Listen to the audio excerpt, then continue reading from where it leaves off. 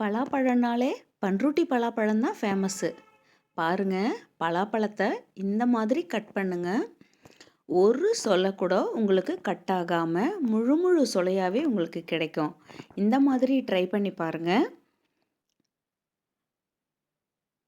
பலாப்பழம் வெட்டுறதே ரொம்ப ஈஸியாயிரும் உங்களுக்கு இனிமேல்.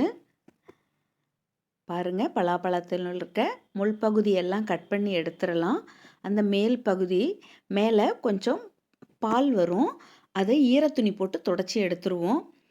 இப்போ அந்த வெள்ளையாக இருக்க பகுதியெல்லாம் கட் பண்ணி எடுத்துடலாம். இப்போ பலாசொலை கட் பண்ணுறதுக்கு உங்களுக்கு ஈஸியாக இருக்கும். பாருங்கள், இந்த பேட்டர்னில் நீங்கள் ட்ரை பண்ணி பாருங்கள்.